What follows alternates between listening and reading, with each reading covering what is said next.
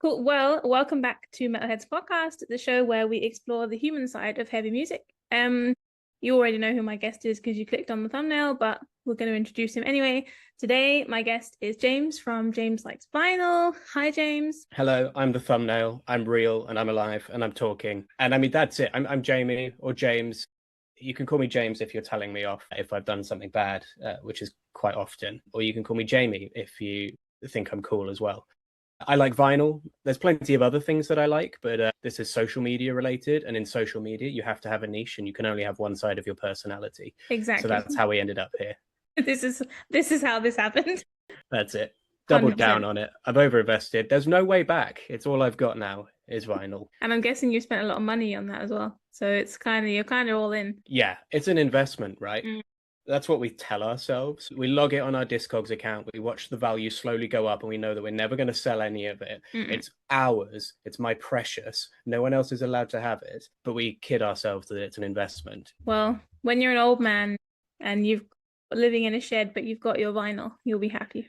That's it. I'll be in my shed with hundreds of plastic discs surrounding me. I'll have no friends. No one will talk to me anymore, but I'll have my dusty old records. And you know what? That's how I want to end up. I mean, awesome. So basically, in an age where almost every album ever made has kind of been recorded and is available on your phone instantly, people like Jamie, because I'm not telling you off, so I'll call you Jamie, is helping keep the physical media culture alive. And physical media has exploded the last 10, 15 years. So we're going to talk about vinyl collecting, basically. So if you're into that, and I know a lot of people in the metal scene are into that, then this is an episode for you because he's a massive vinyl nerd.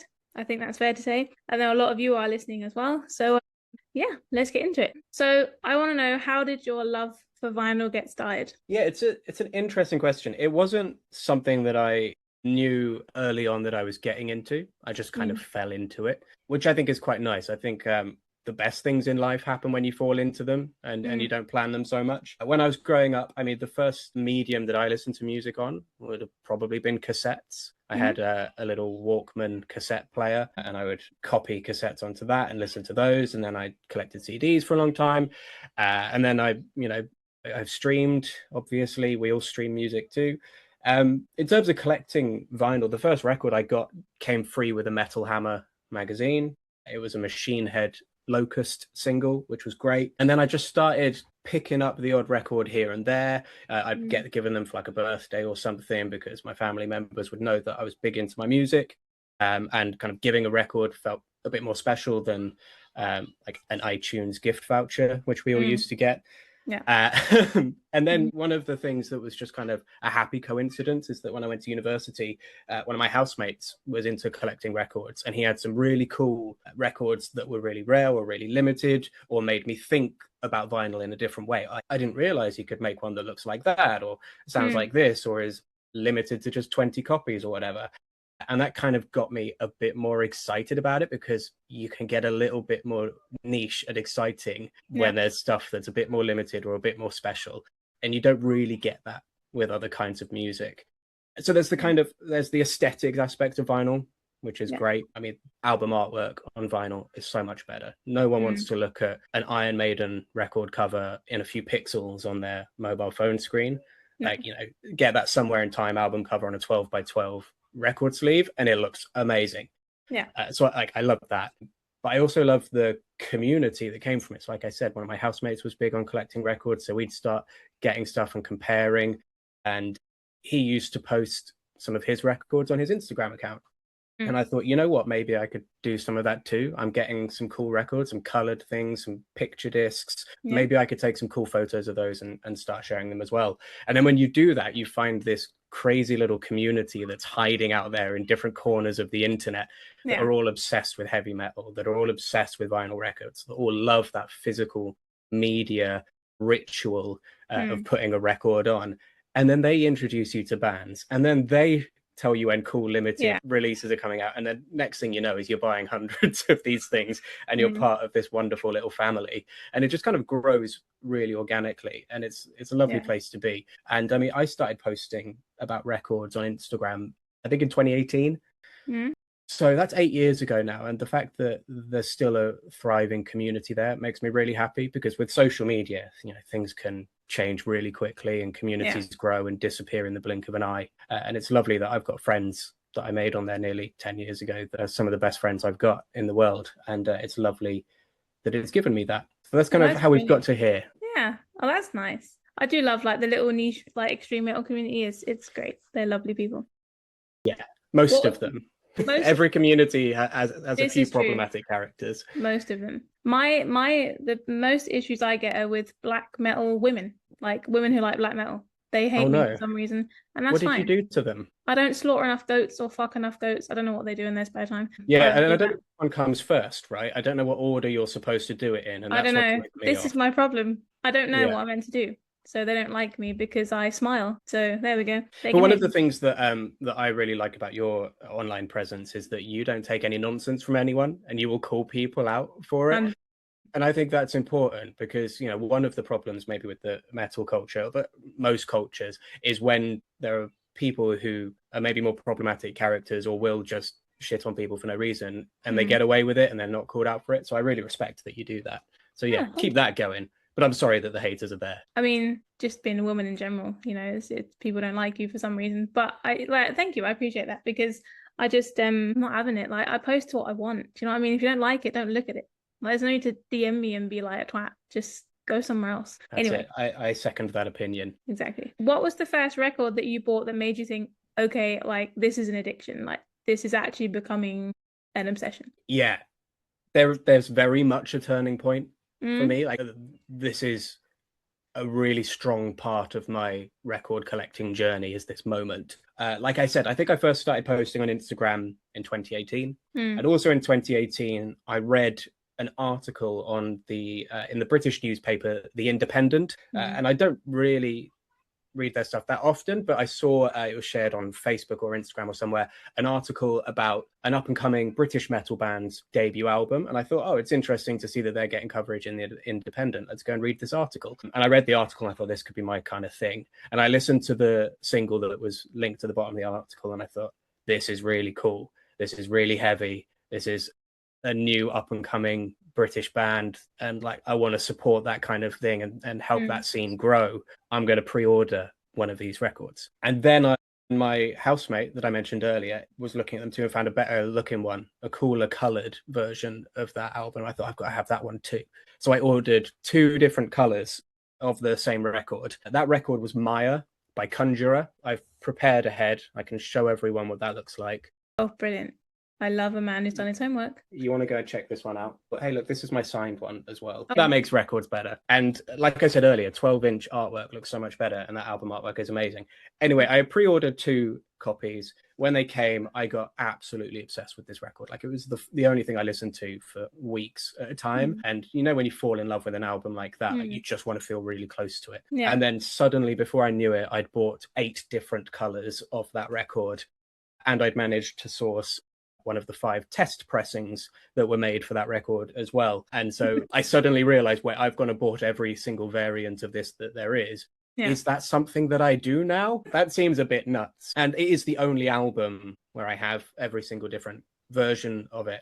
And I kind of like that. But it's cool. Like my fella, he's a big vinyl collector as well. And I know, and obviously through metal, you meet a lot of people that collect vinyl or CDs. And I think just the actual process of collecting stuff and making like a little collection of it, and you know, it's satisfying, isn't it? I think a lot of people get a lot of satisfaction just from the collection sort of itself. But you mentioned the artwork as well. I totally agree with you. Seeing the artwork on a tiny little Spotify thumbnail when you know that some amazing talented artist has spent fucking days, you know, I get that. And like displaying it and like proper artwork. I get it. Yeah. And this is the moment to gatecrash the podcast to say that we prefer albums where there is someone who has slaved over making the artwork for it. We do. Not a prompt into your large language model. Thank you very much.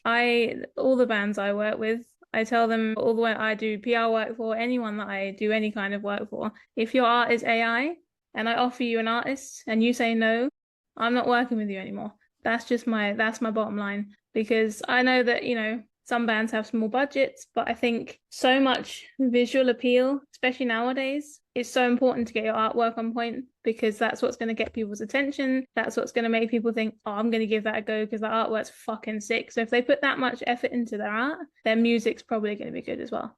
And that's what a lot of bands don't understand, unfortunately, because they're trying to save money. But I'm like, you have to invest in yourself. You know, anyone can just type into AI what they want. So that genuinely is my bottom line when I work with bands. I'm like, if you want to do the whole thing AI, I'm not your girl. Not going to happen. Fantastic. I really respect that. Although if you are one of the black metal bands that we mentioned earlier, you've just got to go out into the woods and take a photo in front of some trees and slap your logo on it. And that's all you need. You're okay there. With like this kind of like vibe, right? You're done. Exactly that. It's all good. You've been practicing. Just like it's like you can't see their face. Like they don't want to see their face. Like it's this kind of. Yeah, it's not about the face, it's about the feeling. This is it's the vibes, right? Problem. I think metal deserves more positive vibes. It makes me feel happy. Yeah, it does. And it you know, it's great. And you can be happy and like metal. This is what people don't understand. Like we're not all Satan worshipping depressed people, and we have lives and children. Congratulations on your new little baby, by the way. Now we talk about children. Thank you. I was able to put her down about 30 seconds before joining this session. Definitely juggling both sides of the life there. Yeah, I get it. Another little metalhead in the making. She's got a great scream on her already. How old is she now? She's 2 months old. Yeah, so still pretty fresh. I love the way they smell at that age. That sounds really weird, but if you're a parent, you might understand. Like they just smell so sweet. It's true. The best drug in the world is smelling a pretty fresh baby. It is. It really is. And now I just have 2 smelly boys, so I'm like, rubbish.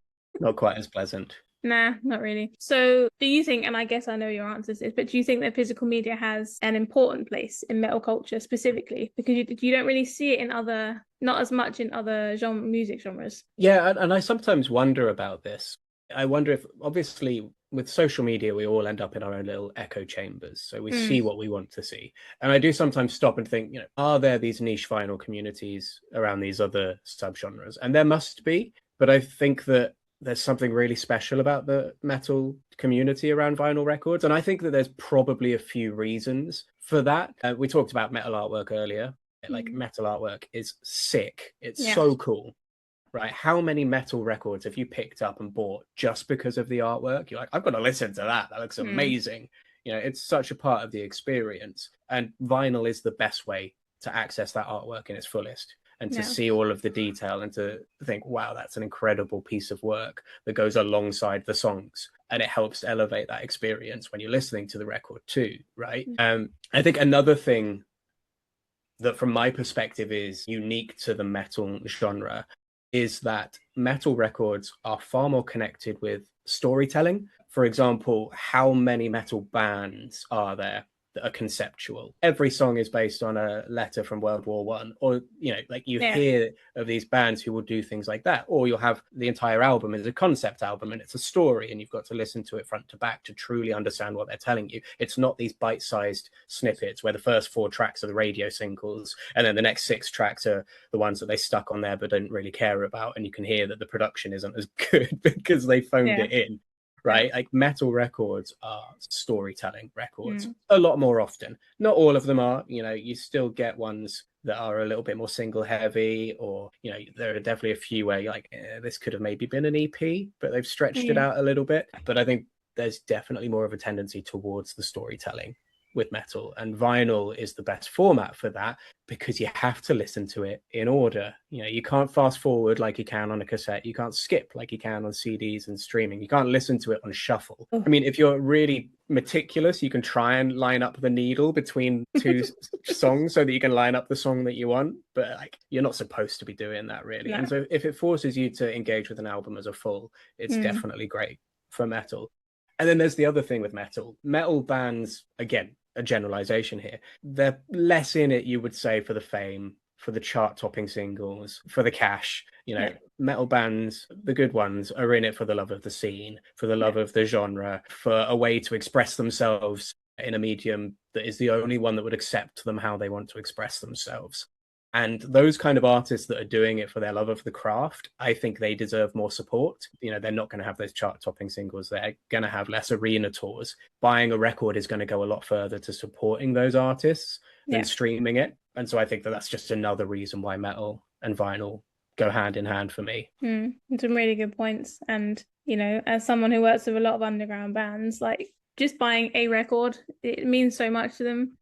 Like I look at like our pre-order numbers sometimes, and I tell the bands like, oh, we've got like 500 pre-orders, and they're like, it fucking makes their day. Like they're just so excited, and you can just like, because like you said, they're not in it for the money, because no one's in a extreme metal band for the money. Do you know what I mean? And it means so much to them. So I love it, and I like people like you who are sort of enhancing that and like spreading that message, because it's really good. It's really good for everyone. Yeah, that's it. And I mean, in the metal scene, people are so dedicated to the music. Right? How many people are into metal because maybe growing up they didn't fit in and it made them feel safe and it gave them a place to belong, or the friendships they've made through it, or the life-changing experiences they've had at concerts. Like that strong connection to the genre makes you want to have more ownership of it. When you've got a big physical record in your hands, it's yours. No one can take it away from you. You're not renting it from a billionaire on Spotify. Like it is yours. Like you said, when I end up on my own and I'm 95 and I'm in a shed with all of my records and everyone else has left me behind because I'm obsessed with the records, like I've got them.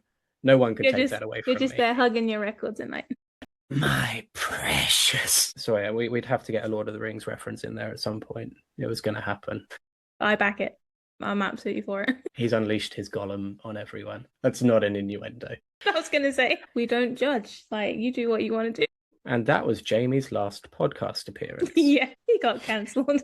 Oh, man. What do people misunderstand most about vinyl collectors, in your opinion? So I think one of the things that I struggled with when I was first more casually collecting records was feeling like to belong, you had to have a £3,000 turntable, you had to have floor to ceiling speakers, you had to own 3,000 records, you had to, be able to tell the tiniest quality difference from different bits of hardware when replaying your music. And that made me feel like, oh, if I'm to get into records, I have to know absolutely everything. And I think there's a parallel with metal as well, where metal is such a diverse genre. You've got so many subgenres in there.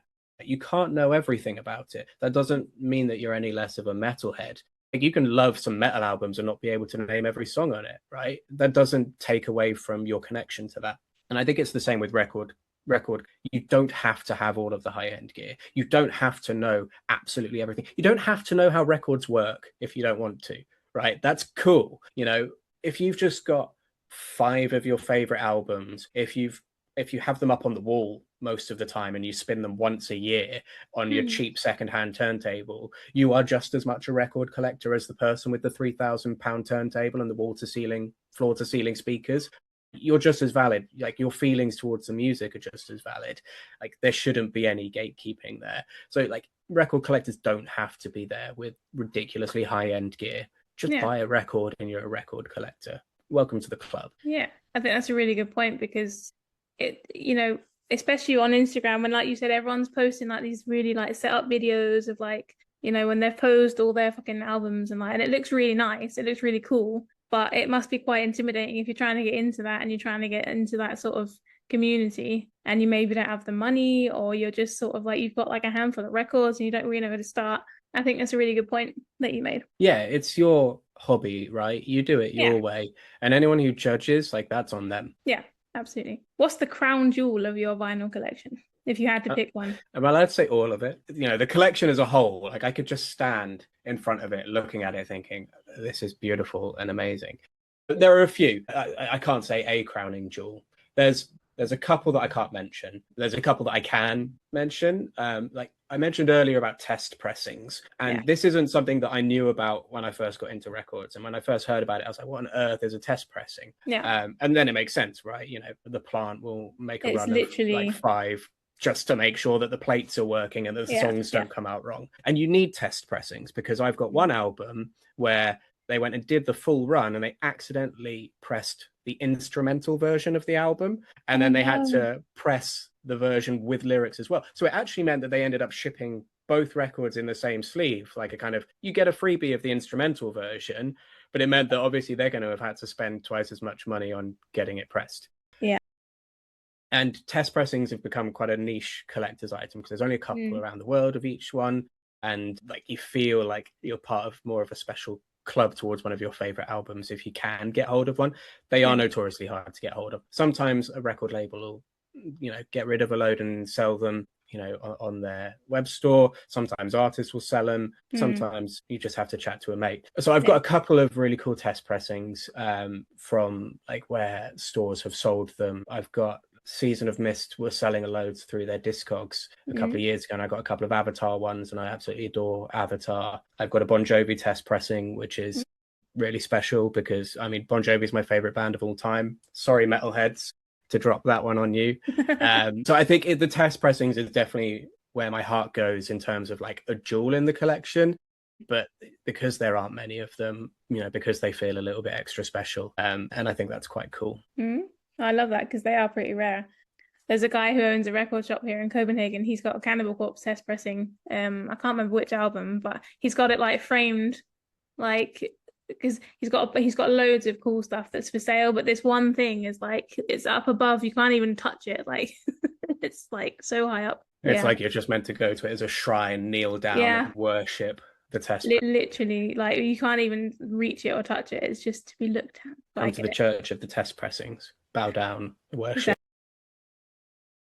If I might ask, what's the most you've ever paid for a record? Now, that's a good question. There was one comes to mind which I think is the most expensive, and I've got it next to me, and I'm going to show you it because it's really cool, and anyone who's watching will want to see how cool it is. There was once when I got screwed by like customs charges when ordering a record. So I got Mastodon's Emperor of Sand, and I ordered it from a US web store. And so the pressing itself was like, I think it was about $40. And then there's the shipping from the States, which is, you know, nearly that again. Yeah. And then I get a letter through my front door saying you owe customs charges, which was almost the cost of the record again. So that one ended up being far more expensive than it needed to be. And I know a few people have been burned by that, and like getting records into the UK post Brexit has been harder, and the last couple of years like it's getting harder for artists and for buyers sometimes as well, getting hit with these charges. But one that I recently bought, which was expensive, I think it was around 130 euros, but it's special, and it's this is an amazing album. This is Absolute Elsewhere by Blood Incantation. And what makes this special is if I open it up, you'll see why this one's special. Oh, it's got liquid in it. Cool. So that there is one juicy vinyl, which is quite cool.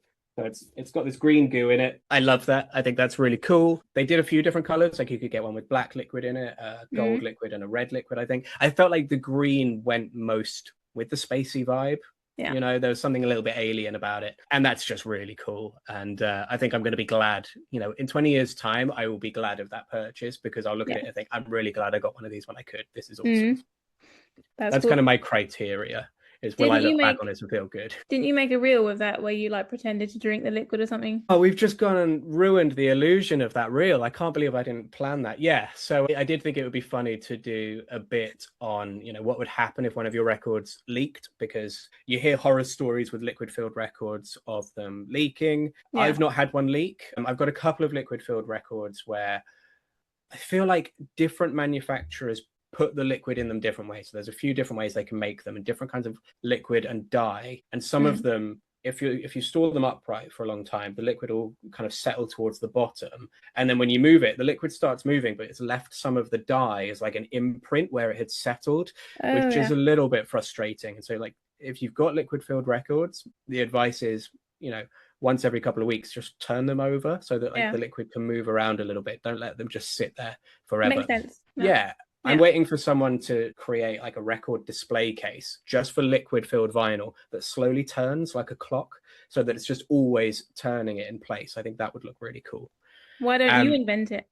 I mean, maybe I should. No one steal that idea. You don't earn loads of money, and then you wouldn't have to live in a shed when you're 95. Yeah, that's true. No, I would, because I'd still just spend all of the money on the records, probably. Just more records. Right? Gone. So like you hear horror stories about liquid filled records leaking, like they'll arrive and it will have leaked everywhere, and like the the sleeve will be soggy and everything. I've got maybe 6 or 7 liquid filled records and I've had no problems with them. But I thought, it would be funny maybe to do a little bit of a joke reel where if one did leak, just drink it, I saw that it came up, and I have sensory issues, so I saw that and I literally gagged. I was like, fuck. So what it was just a little bit of green food coloring and water. I should have used something like creme de menthe or like some kind of green liqueur, like chartreuse would have been much better. But it was a little bit of food coloring and some water. And what I hadn't really planned for was that food coloring tastes kind of like flour, like it's really powdery and like it tasted gross. So there's a shot of me right at the end of that silly reel where I pull a face almost as if I've drunk whatever toxic fluid is in a record. But it is actually a genuine reaction to just drinking food coloring, because it's not great. And I think if you're baking with food coloring, make sure there's sugar in there as well. 100%. I think I DM'd you after this. Why did you do that? Just a disgusting thing I've seen. But hey, look, people are now getting free baking tips on a podcast about vinyl and heavy metal. So, we go above and beyond here. I was sitting next to my boyfriend at the time and I saw it and I literally went, and he was like, what the fuck are you watching? I was like, look at this. And he watched it and he just went, why are you reacting? I was like, isn't it just the most disgusting thing you've ever seen? And he was like, nah. I'm going to start a whole series of it, and I'm going to launch an OnlyFans where I drink vinyl record filled fluids. People will love it. I'm going to get a really niche audience. You're just going to tag me in every video to just make sure I see them all. That's it. Yeah, it's all I'll post about from now on. We're rebranding. Jamie drinks vinyl. Faye vomits. Yeah. Great. Have you ever experienced collector's regret? Either buying something you shouldn't have or not buying something you should have? Yeah, both. It does happen. I think I regret more what I haven't bought than what I have bought, or when I've thought, I'll wait till payday, or I'll wait to see if they do a different pressing that might look nicer. Like if you want something and it's not gonna, cause you any financial distress, pick it up. If it turns out 6 months later that you don't love it, sell it on Discogs, give it to a friend, spread the love that way. At least you're supporting the scene. There have been a few that I've missed out on. The biggest one, which haunted me for years, was, I think it was in like 2015, 2014, In Flames released a box set of all of their albums up to that point. Ooh. I think it went up to Siren Charms, maybe. Yeah. And at that time, I think I only had one of their records, and buying the box set would have been perfect, right? Because I'd have had all of them.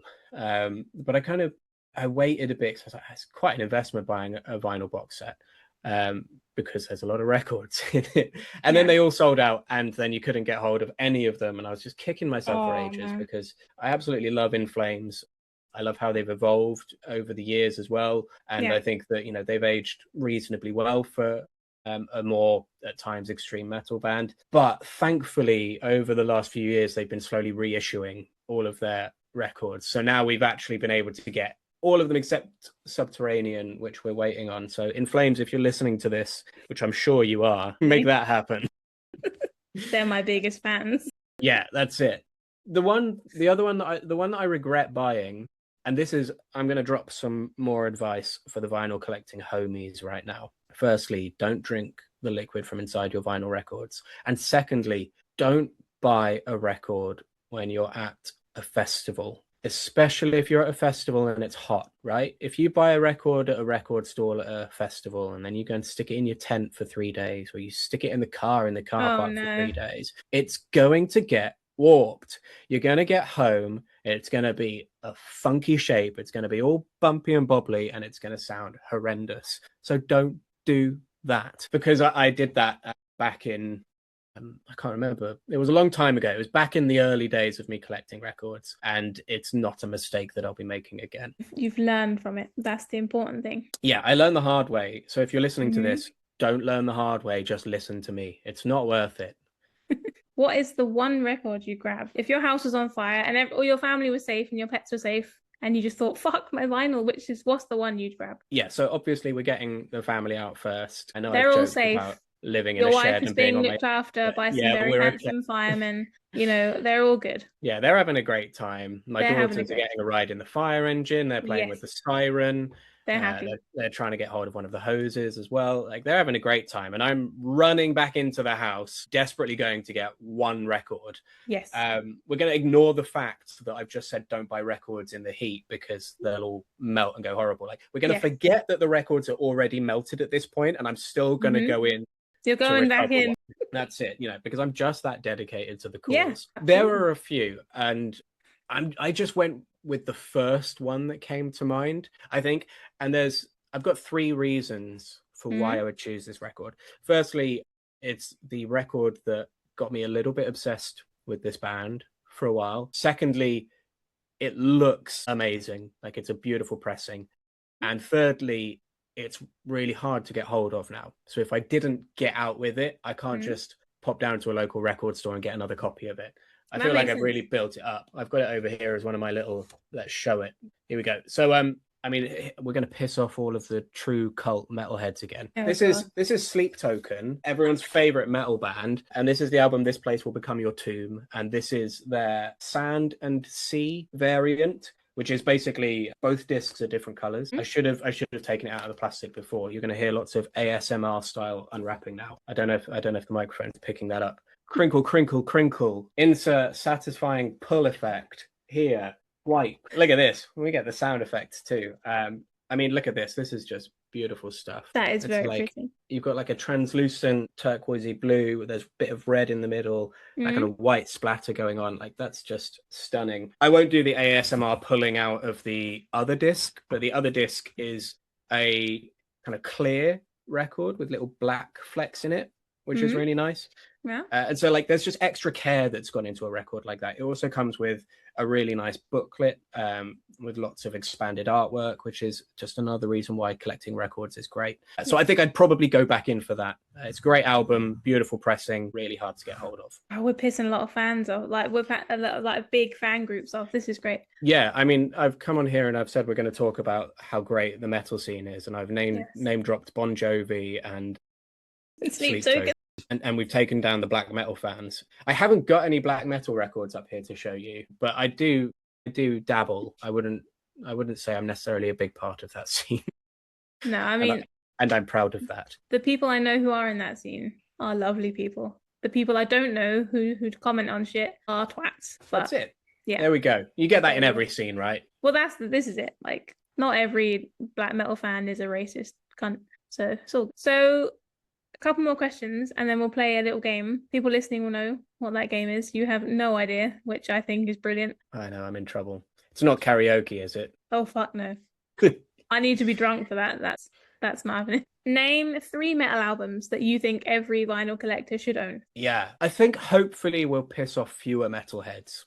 Excellent. With these 3, because one of them is the best metal album of all time. One of them is one of the best metal albums of the 21st century. And it's hard to argue with those 2. Right. And then the third one is a little bit more theatrical. And I think metal needs a bit of theatrical and storytelling, right? We talked about storytelling. So the first metal record, like literally the first metal record that anyone should go out and buy is Master of Puppets, because it's the best metal album of all time. It's absolutely incredible. I could listen to it every day for the rest of my life. It's definitely one of the best. I'll give you that. Yeah. I know, but it is the best. One of the best metal records of the 21st century that also just shows how metal can evolve. I think everyone should own Opeth's Blackwater Park, because, I mean, beautiful album. A nice reflective outer sleeve there, so you can't actually see the artwork. I don't know if that's the original artwork or if that's the alternate artwork they did for the record. That might not be the original artwork. But Blackwater Park is absolutely phenomenal. I mean, what a record. And it's just so different, right? If you've got that next to Master of Puppets, it just shows how diverse metal can be. And then the third record that I think everyone should own. So I think this is this band's best album. This is a band that I think kind of pioneered a lot of the metal artwork aesthetic as well, and have probably done that the best out of anyone. And I think that's Iron Maiden's Seventh Son of a Seventh Son. A lot of storytelling on there, like we said about metal records and the storytelling and being a bit more conceptual. I think it does that really well. I think it's their best album for listening to front to back. I think the artwork is just so badass, and that's definitely one of the 3 records that every metalhead needs on their shelf.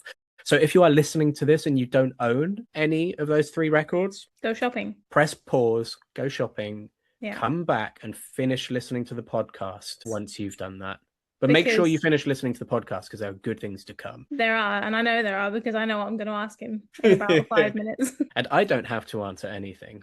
I think I might be in danger of having internet connection problems in about 5 minutes. Well, that's bullshit.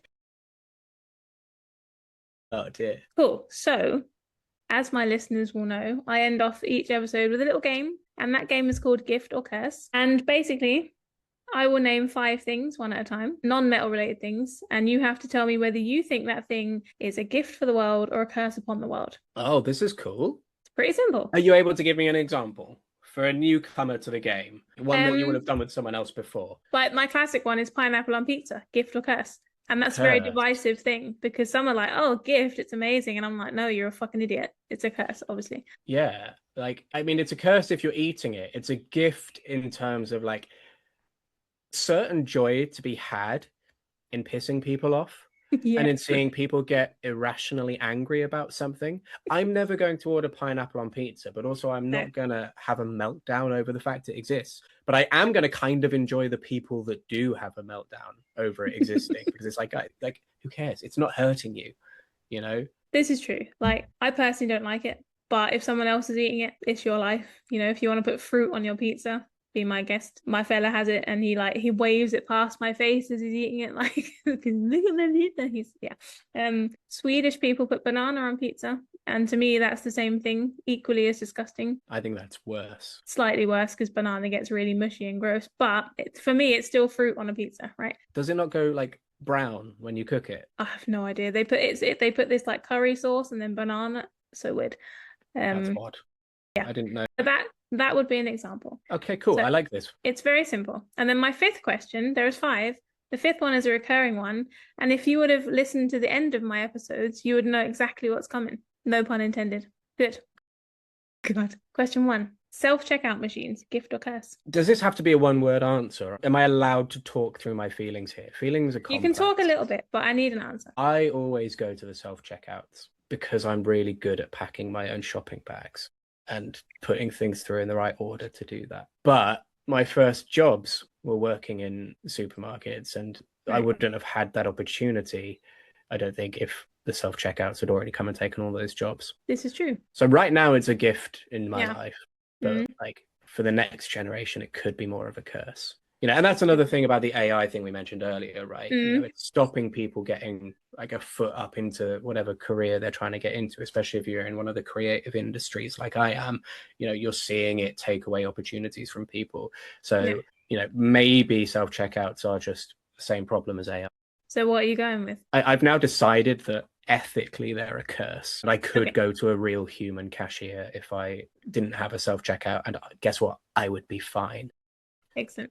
Number 2, group chats, gift or curse? Oh, they're a curse. I hate them. I'm not going to reply to them. No one's going to reply to them. Everyone's just going to wait for someone else to reply or someone to be the ringleader, and it's just too much effort. No, I am not active in any group chats. Me neither. Can't be bothered with that. No, it's I don't know whether it's our age. I'm guessing you're a similar age to me. I'm 34. Yeah, we're similar ages. I'm 29. Right. Damn, we're not similar ages. I'm old. Great. I'm sorry. But, I mean, yes, we're similar ages. Thank you. Cut that. Thank you. So, well, you're still technically a millennial, right? Just. Yes. Yeah, I'm the cutoff year, and I'd like to identify as a millennial. You're a younger millennial. I'm a sort of middle millennial. But yeah, I think it must be something with people our age because I see like a lot of my students, like I'm a teacher, a lot of my teenage students, they've all got like group chats with like 300 people in it. And it's just like the messages, and I just couldn't. So it might be our age that does that. Yeah, we're right though. 100%. And I tell them this, and I just get so yeah. Number 3, IKEA furniture, gift or curse? Gift. I store all of my records on IKEA's Kallax. This is another of those things where you'll hear horror stories about like someone made a huge Kallax and then put hundreds of records on and it fell over. Use the adapters that they come with to fix them to the wall. Who doesn't then do you're that? Gonna be fine. Idiots. So yeah, I use Kallax. I think they're nice. I did buy some like little wooden legs to go on the bottom of my Kallax because I wanted them raised off the floor a little bit. Yeah, I love IKEA. I like making things myself. It's like adult Lego, there's nothing better than putting together some new furniture. Proper dad over here. It's a really dad thing to say. That is a real dad thing. So yeah, IKEA is a gift. Thank you, IKEA, and your meatballs are banging. Yeah, we love you, IKEA. I loathe putting furniture together because I have the patience and the sort of attention span of a goldfish. So I build like half a shelf and I'm like, fuck this. This thing. Yeah. It takes me like a week just to build a bookshelf. It's pathetic, but they are great value and I like their designs. So what can you say? Yeah, that's it. Yeah, and yeah, I think their designs are good too. They make most spaces look pretty cool. They do, and they have wicked kids stuff too. Yep, that's true. Yeah, good kids stuff. Yeah, we've bought plenty of their kids stuff. Yeah, we love it. Number 4, also correct. Gift or curse? I'm a copywriter. I don't think we've mentioned that. So I'm a copywriter for a marketing agency. Mm-hmm. So I consider autocorrect to be a gift because if I make typos, people will obviously never let me live it down. Mm-hmm. Jamie's the copywriter, and he accidentally said duck instead of fuck. And my autocorrect would probably change it to the latter. Yeah. Sorry, Mum, if you're listening to this. I mean, if you have got this far into this, Mum, you're probably not having a good time anyway. Jamie's mum, stop now, because trust me. Because there are questions that I'm not going to answer in a minute. So I think it's a gift. I mean, if it helps people feel more confident about their writing, then that's a good thing. I think what the technical term is, grammatically challenged people. It's a tool for them to use. So, but I hate it. I turn mine off because I'm not grammatically challenged, and it pisses me off when it comes to the suggestion that that's not the word I want. I know what I mean to say. I know what I want to say. Gaslight me into thinking I'm trying to say something else. Yeah, exactly. Let me do it. Exactly. Yeah. I'm the one. I bought you. Stop. I own you. Literally. Do as I say. Yeah. Yeah, that's a good rationale. Yeah, that's fair enough. Number 5, flavored condoms. Gift or curse? I've never put a condom in my mouth. I mean, I guess like it could be a gift. I mean, I guess if you're using a flavored condom, it's a gift to somebody in that situation. So you do you guys. There are better things you can put in your body than pineapple on pizza, and probably flavored condoms is one of them. I mean, pineapple on pizza, pineapple on dick. I don't know. It's not. Yeah, I would say the answers to these, most women go ew. Curse. I'm gonna go with that as well. All men are like, it's not something I want to try. Like with the same with the pineapple on pizza thing, is like I'm not going to be opting for that. If that makes someone else happy and everyone in that situation is happy, good for them. But maybe not. Yeah.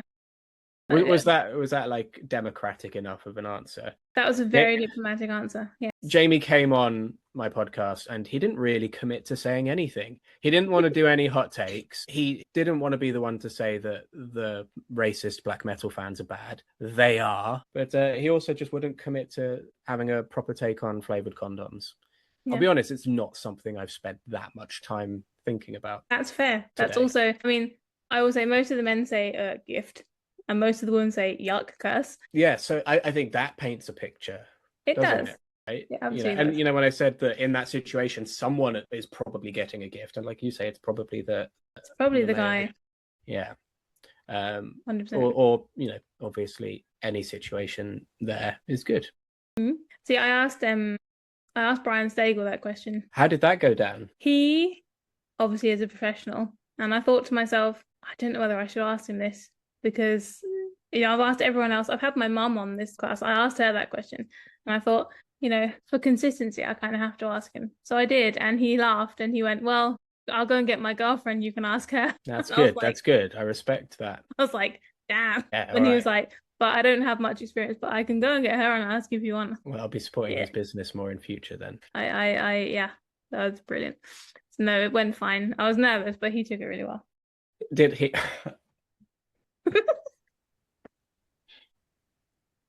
Apologies, we seem to have lost connection there, dear listener. Normal service will resume after a short break. We are responsible parents. Remember that. Good. We're doing our best. On that note, I will say thank you very much for your time. It's been a pleasure to talk to you. It's been good. It's been just about chaotic enough, which is what we wanted. I've had a great time because I've been able to talk about the things that I get really excited about. I think the most important. Yeah, that's it. You know, flavored condoms, pineapple on pizza, and black metal fans. You know, the holy trinity of dinner table subjects. Everyone listens. This is what they listen for. Yeah, exactly. Yeah. You've been a fantastic host as well. And like I said earlier, I love what you do. You're so busy. You're doing so many cool things. And, you know, we could talk about what you do as well for hours on end. So I'm very pleased that you wanted to talk to me about me today. That was very nice. Oh, thank you. I appreciate that. I am busy, and I have more things, new things coming actually. And why don't you tell the listeners a little bit more about what we're working on? You're working on. I'm not working on anything with you, as far as I'm aware. Well, not that we've agreed to. I wouldn't rule it out. Watch this space. Yeah. Or listen to this space if you're just listening. Well, this will be on Spotify and all podcast streaming platforms, and it will be on YouTube as a video, so they can see our stupid faces when we laugh at childish shit. Fantastic. The only disappointing thing is that it won't be on vinyl. But if we wanted it on vinyl, I know a few people. Me too. Well, thank you very much. I had a blast.